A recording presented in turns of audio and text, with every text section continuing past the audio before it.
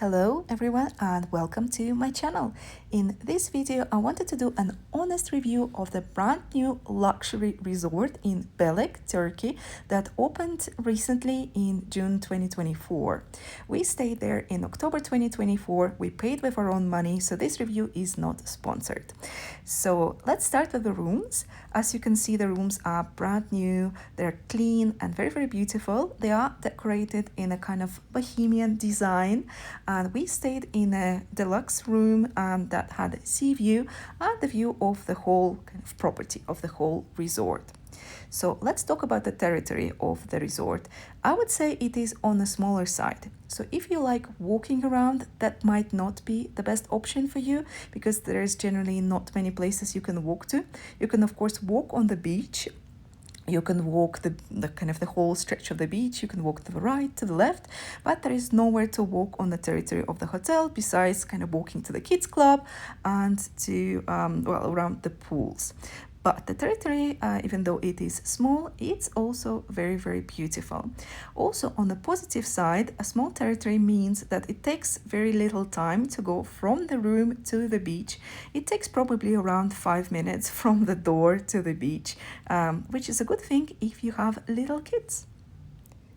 We found ETHNO really gorgeous. So for example, this building is an all-day restaurant, and at night there is a bar and there's live music. The beach itself is also gorgeous. It's kind of rare among hotels in Turkey to have soft mattresses on the beach, so ETHNO is one of the rare exceptions. It was especially useful for me because I was 6 months pregnant and I needed something comfy to lay on. Unfortunately, there aren't that many beds on the beach, so you need to wake up early to take a spot on the beach. But sometimes when we couldn't get a spot in the morning, we would move to the beach in the afternoon, so lots of beds would free up after 1 p.m. There are also cabanas you can hire, but they are on an expensive side, so they cost around 150 euros per day, and some cabanas are even more expensive. They include some things, but it wasn't really worth it for us. There were, however, always enough beds by the pool area, so that's not a problem at all.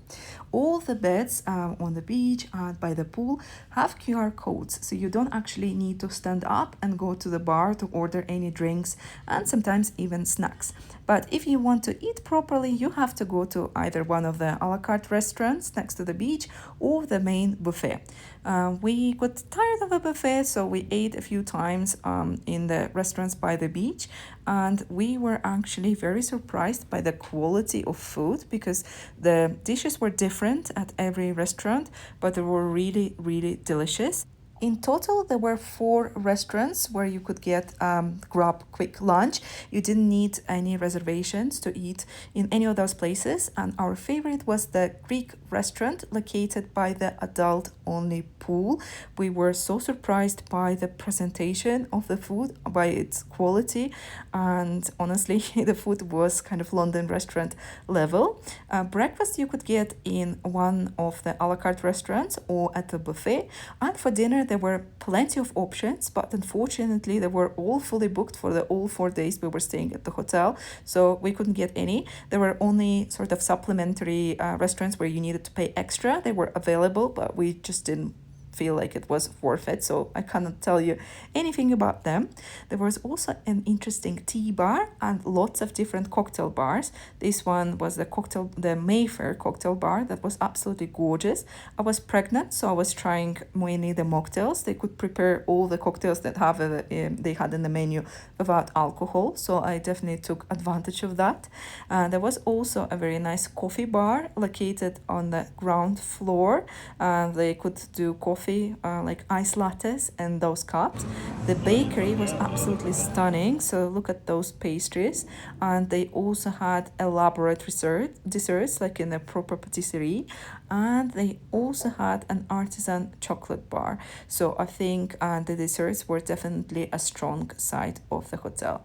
There was also a wine bar, but I think you needed to pay to use it. Again, as I was pregnant, we didn't really feel interested in the wine bar. And there was also a very beautiful cocktail bar in the lobby. So there are plenty of different places you could eat, drink, and sort of spend time in.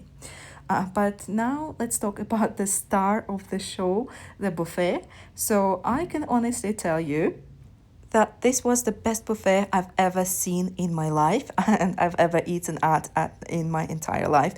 ETHNO was probably also the most luxurious hotel I've ever been to in Turkey, so that's maybe why. And I need to tell you that I haven't unfortunately been to Kalinan or Max Royal. People generally tend to love buffets at those luxury hotels, but they were at least twice more expensive than ETHNO, so it's hard to compare. But honestly, the variety and the quality of food at the buffet in ETHNO was mind-blowing. The buffet, first of all, was absolutely huge. I was most impressed by the seafood. So, for example, one day there was a stall of shrimps, of prawns, and crayfish, and they were so fresh and there were so many. It was impressive. The fish section honestly looked like a fishmonger. You could pick your fish and they could grill it for you. So something impressive and unique, something I haven't seen before. There were also plenty of different starters like tzatziki and in general Turkish mezes, and they were different every day. There was also a healthy food corner, so if you had kids or if you were on a strict diet and didn't want to eat anything fat or unhealthy, there was something you could eat.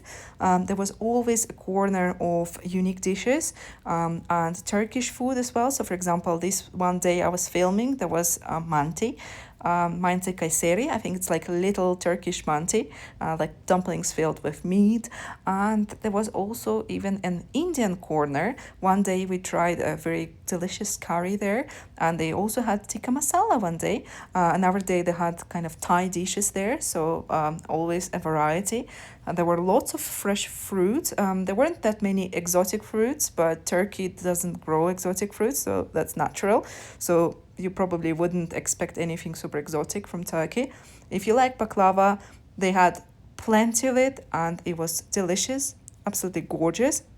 As the hotel had many kids, there was also an adult only section, so people without kids could hide from the noise, but we never found it too noisy actually.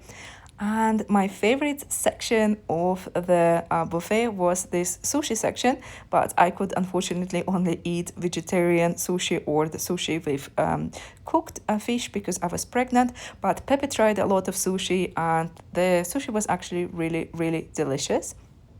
So yeah, we were really, really impressed by the buffet. The spa section was also beautiful. There were also lots of different procedures you could pay for, but there was a free steam room, sauna, and the swimming pool you could use. There was a really big gym you could also use. This one is the indoor jacuzzi and the swimming pool in case you're traveling there off season. And now let's talk about entertainment. So we haven't taken advantage of many sort of animation team activities during the day and of the kids club because there are two massive kids clubs at ETHNO. As I said, it's a very family friendly hotel and almost everyone at the hotel had kids with them.